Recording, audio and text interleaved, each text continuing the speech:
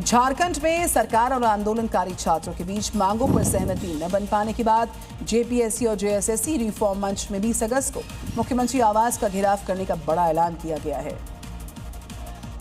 CM आवास घेराव से पहले रिफॉर्म मंच ने सरकार को 18 अगस्त तक का अल्टीमेटम दिया है, जबकि आज प्रदर्शनकारी छात्रों ने राज्य के सभी 24 जिलों में मुख्यमंत्री हेमंत सोरेन और कांग्रेस नेता राहुल गांधी का पुतला दहन करने का ऐलान किया है। मांगे न माने जाने से आक्रोशित आंदोलनकारियों ने अब मुख्यमंत्री के खिलाफ भी मोर्चा खोल दिया है। सीएम सोरेन के इस्तीफे की मांग की जा रही है और चेतावनी दी गई है कि अगर जल्द ही मांगे नहीं मानी गई तो सीएम आवास पर डेरा डालकर धरना देंगे। कांग्रेस नेता पप्पू यादव ने सम्राट सरकार के खिलाफ मोर्चा खोला। छात्र आंदोलन के समर्थन में और बिहार में बढ़ रहे अपराध को मुद्दा बनाकर भूख हड़ताल करने का पप्पू यादव ने ऐलान किया।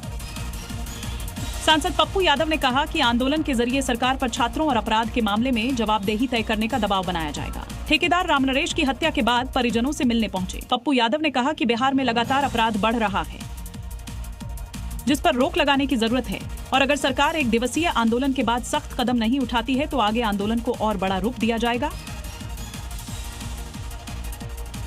वक्फ अधिनियम में संशोधन के बाद संपत्तियों को तेजी से डिजिटलाइज किया जा रहा है। अल्पसंख्यक मामलों के मंत्रालय के आधिकारिक आंकड़ों के मुताबिक 7 अगस्त तक उम्मीद सेंट्रल पोर्टल 2025 पर 7,99,000 से ज्यादा संपत्तियों की लिस्टिंग पूरी हुई।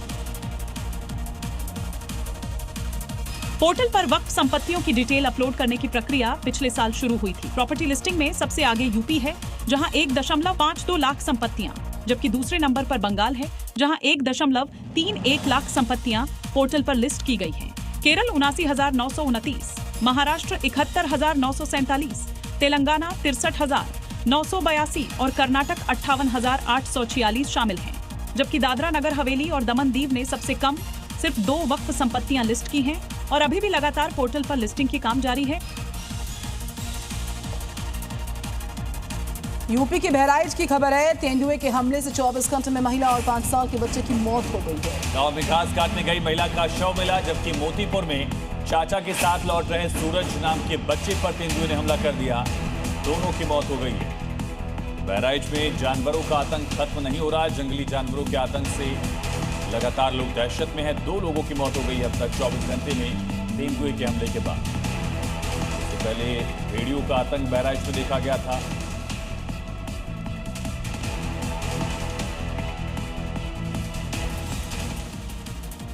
आगे देखिए रफ्तार के साथ टॉप 5 राज्यों की खबरें। एमपी के रतलाम में दरअसल दिल्ली मुंबई एक्सप्रेसवे पर एक बड़ा हादसा हुआ। एक खड़े ट्रक में कार घुस गई। एक ही परिवार के 4 लोगों की मौत हो गई, 5 लोग घायल हो गए। झारखंड की बोकारो में सड़क हादसे में 4 युवकों की मौत के बाद परिजनों ने 8 घंटे तक हंगामा किया। मुआवजे की मांग को लेकर परिवार ने सड़क को जाम किया। इसके बाद मौके पर पहुंचे अधिकारियों के आश्वासन के बाद मामला शांत हुआ। हरियाणा के रोहतक में हाईवे पर ट्रक से कार टकरा गई। कार चालक की मौके पर मौत हो गई। हादसे की काफी देर तक सड़क पर जाम लगा रहा। पुलिस के पहुंचने के बाद जाम खुलवाया गया। यूपी के जालौन में बरसात ने नगर पालिका के दावों की पोल खोल दी। सड़कें तालाब में तब्दील हुई। हालात इतने बदतर कि पानी लोगों के घरों और दुकानों में घुसा, जिससे लोगों का सामान खराब हो गया। एमपी के दमोह में लगातार मूसलाधार बारिश के चलते एक मकान की दीवार भरभरा कर गिर गई। मलबे में दबकर 56 साल की महिला की मौत हो गई। दिल्ली के साकेत इलाके से खबर है। 30 मई 2026 को जो इमारत गिरने के मामला सामने आया था, इसमें चार्जशीट दाखिल की जा चुकी है। दिल्ली पुलिस ने साकेत कोर्ट में चार्जशीट दायर की है। हादसे में 6 लोगों की मौत हुई थी, कई लोग घायल हुए थे। चार्जशीट में बीएनएस की कई धाराओं के तहत 3 आरोपियों को नामजद किया गया। साकेत बिल्डिंग हादसे को लेकर दिल्ली पुलिस ने चार्जशीट दायर कर दी है। बीएनएस की कई गंभीर धाराओं को लगाने के साथ ही आरोपियों के खिलाफ गंभीर मामले दायर किए। 3 आरोपी इसमें नामजद बनाए गए हैं। साकेत कोर्ट में दाखिल हुई है चार्जशीट।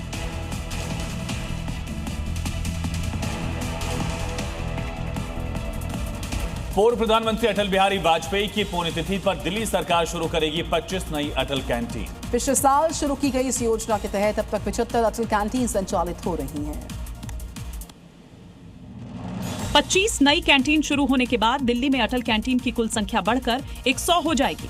अटल कैंटीन में दिल्ली सरकार सब्सिडी देती है, जिससे 30 रुपये की थाली लोगों को सिर्फ 5 रुपये में मिलती है, जिसमें दाल चावल सब्जी रोटी और अचार दिया जाता है। ऐसी कैंटीन के जरिए सरकार की कोशिश है कि जरूरतमंद और गरीब लोगों को कम कीमत पर पौष्टिक भोजन उपलब्ध कराया जा सके।